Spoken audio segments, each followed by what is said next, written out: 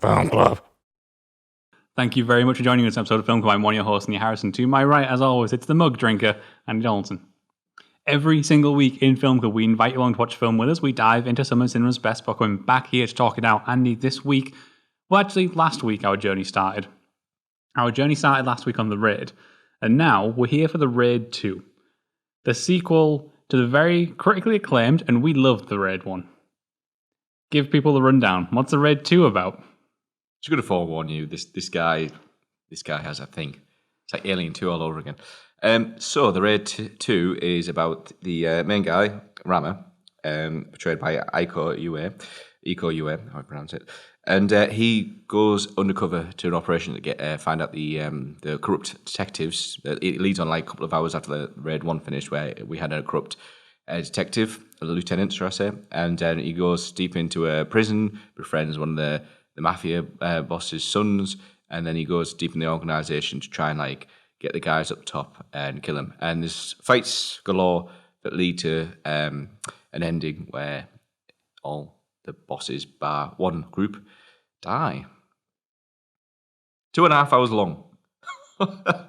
It's a long film. This is a long film. It's an hour longer than A Raid. This is a long film, and it's not all fighting. A lot of it is almost trying to be Goodfellas. It's almost trying to be Godfather. It's The Departed. To an extent.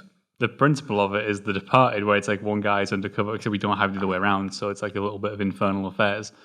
So I want to start with the good here, right? Yes. Because there is so much admirable good they did. They clearly got loads of feedback from the Raid 1 that didn't have enough like plot to it, kind of like what I was saying last week, and that the characters weren't developed enough, and the film was just one long fight sequence.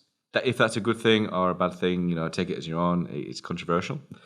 So they clearly took that on board. Yep. Choreography was just next level. Like some of the fight scenes. He even like increased the scope of the film. Like it's not just in one building anymore. Now it's this like big sort of turf war that's going on. And the characters' drama and the internal politics of each of the gangs is at the center of the film. The story is at the center of the film. Mm-hmm. So admirable. They fucked it up. They took everything that was great about the Raid 1, that like small, niche, very tight, very controlled, very small scope of the Raid 1 that made it cool and exciting, and that made that one long action sequence flow and like keep it engaging. They burn every single thing about that. There's points where this slows down.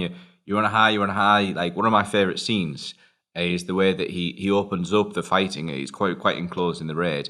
And to kind of counter what Andy's saying, but also agree with him, is that when we're in the prison, it's the mud, and it just shows the fight between the prison guards, all the prisoners and stuff like that. I just love how it looks. I love how it looks.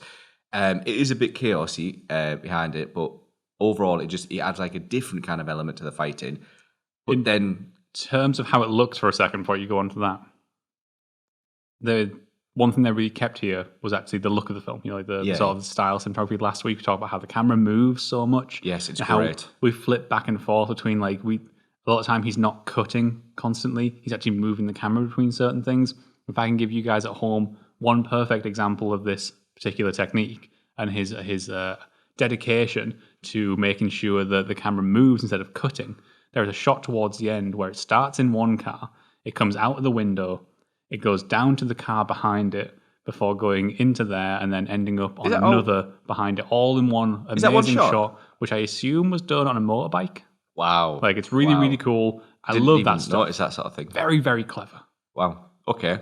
So absolutely fine. So you go over this lovely fight scene, and you have multiple ones. I mean, said towards the end of the film, the car scene's amazing. It's really well done. I love that because it's so enclosed inside the car. Then you go outside the car, and it's all like this.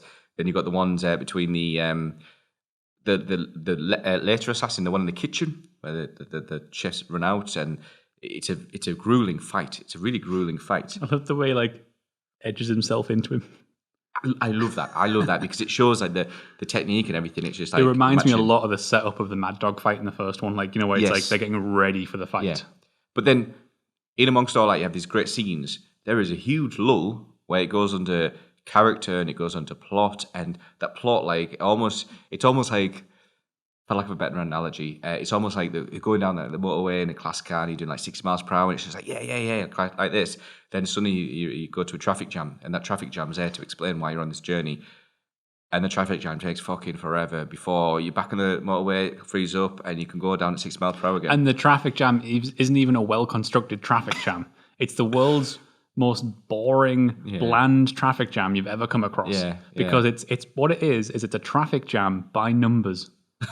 It's just a bunch of people saying what they're supposed to say in these sort of stereotypical situations. We laughed a bit last week how it's a bit cliche, with his brother, and I particularly liked parts, about his brother and a couple of the other cliches. I thought, in the end, that's second to the actual fight itself. Unfortunately, the cliches in this version are first, and then it almost feels like this fighting is like on par, if not second. Well, do you want to know what the irony here is, right?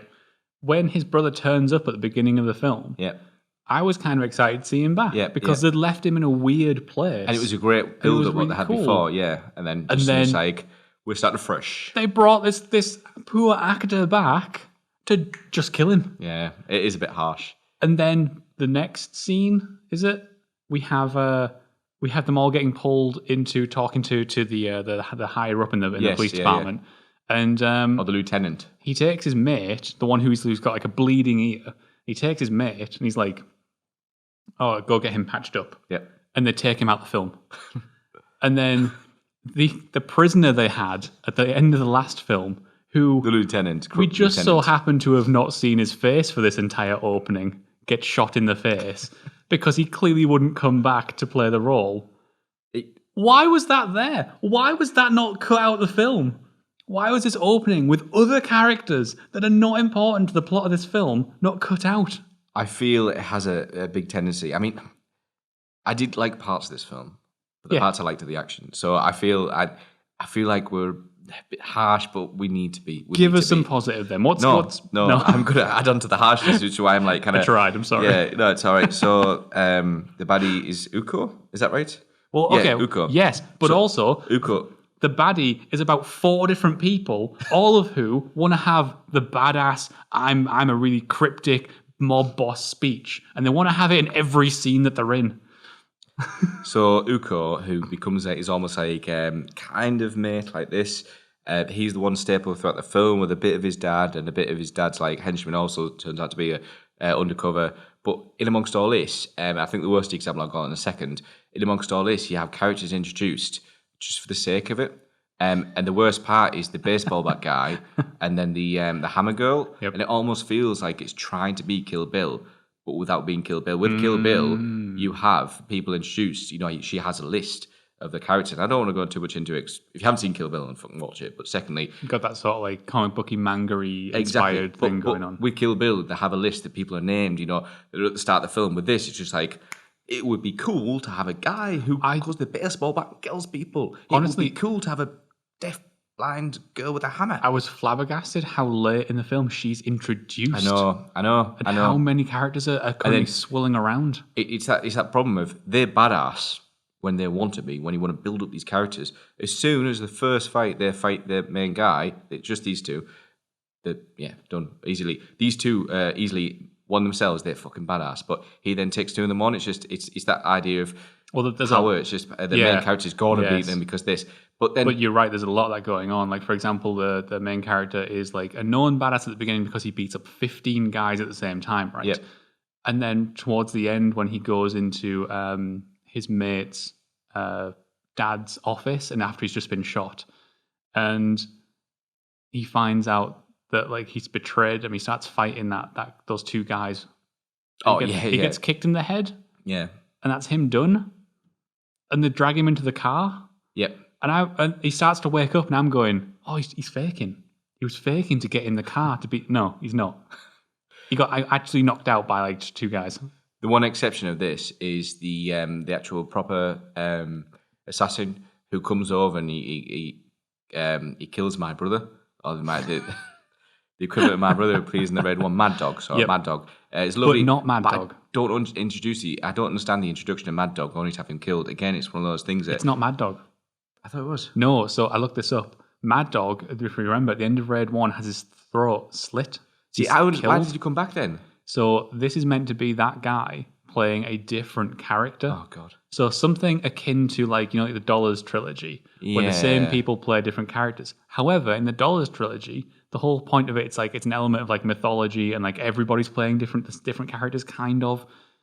Whereas here, It confused me. We have actual characters playing actors playing the exact same characters. That kind of, yeah. His brother carried over, the head of the police carried over, his mate carried over, he carries over, his wife carries over, his baby carries over. Then Mad Dog turns up alive, but he's not Mad Dog. So I thought the whole idea was to bring this guy in. Obviously, he fights loads of people, get killed by the assassin, showing that the assassin's a badass.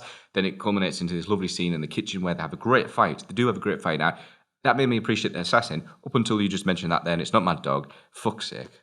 Yeah, and don't you think before he's killed in the alley, he gets a really weak action sequence? I wouldn't say it's part of it's quite nice. So I was using, again, it's like the whole Jackie Chan kind of feel, using the environment against them, throwing stuff and everything. That's great about it. But then it just feels like, it almost feels like Power Rangers with the ninjas coming one by one to attack him. Yes, and yeah. Don't get me wrong, the raid has elements of that where they all take time to come over. I mean, even Old Boy, if you look at that hallway fight scene, there's bits where you see the people go one by one and wait, and they're holding off back there before they'll go again. I'm sure you might be able to edit that in on a faster pace. Sorry. But my point is, with that scene, it just feels a bit too... Oh, I've just written this just to make it look badass, so I'm going to go one by one. And it's just... My problem with that is that nothing in this film ever reached the high of the 2-on-1 Mad Dog fight. Exactly. And even some of the fights with the other people, you look at the first raid and you have that moment where he's coming to the bathroom and he's got the knife on the floor. Great suspension. They try and replicate that again with the guy with the baseball bat. None of the suspension. You see two guys talking to each other, and it's sorry, what did I say? Suspension, like we're suspending it from tension. And you see the two guys talking. It's like, well, obviously one of those guys is going to die. There's no tension. There's no tension at all because you know exactly what's going to happen. With the guy with the knife, he doesn't actually kill him. You think he is. He's got three guys, fucking scared stiff, and it's just it's great what he's trying to do. So let's sprinkle in a couple of positives here, right before we wrap up, because. One thing we've got to give him credit for. One is this style of martial arts that he is still like kind of the if you get the name we talked about last week as well, but he's still the champion of this martial arts. Not as in he's really good at it, but he's the guy who's shouting about it from the rooftops. Pencak Silat. Yeah, if I pronounced that right. Probably and, not. The guy who plays the lead character is still great, considering he was like this just find on the streets that he kind of came across. He's on Netflix with Assassins. I noticed him. Yeah. So I was like, it's a guy. Practical effects, like above and beyond. I always want to shout out practical effects, be it some of the crashes that go on with cars later on, a lot of the gunplay, all the fighting that goes on, like all the like we were saying earlier, Jackie Chan inspired fight choreography. Amazing. The whole production of it's awesome. To add on to that, sound design of the fight is fucking spectacular. You really get a feel of just how violent and how gory it is. Some of the ways, like grabbing the hammer in, to be able to, like, the sound designers, they had a great time doing this. They were just going into it thinking, yeah, fucking, how can we make this sound as squishy as possible? Let's get this watermelon. You use watermelons, by the way, for punching. And for eating sometimes. But I think as a whole, the film just struggles to justify that extra hour. And you are better off, if I'm honest, watching the Raid one. I would happily recommend the Raid one. The Raid 2, I would be like, watch it if you're a huge fan of the Raid one. If not, go in with if you want to. The Raid 1 will go down in history as a classic contemporary action film. Martial arts action as well. The Raid 2, I think, will be forgotten. Yep. I think that's the best way I can kind of summarize it. It's a shame, but got to give credit to Gareth Edwards. Gareth Evans. If you're a huge fan of action, you'll still probably love it. Give him credit. He did what he wanted to do. He came from the start, wanted to make a big action. He did it. Unfortunately, didn't go out. But along the way, he made his previous film. Then he made The Raid. So I'm fucking top marks the guy. And he found his way out of Wales. It can be difficult sometimes. Yeah. Then you got to pay to get into Wales. Side story. I never did. Anyway, there is The Raid 2. You can let us know what you thought of The Raid 2 down in the comments below.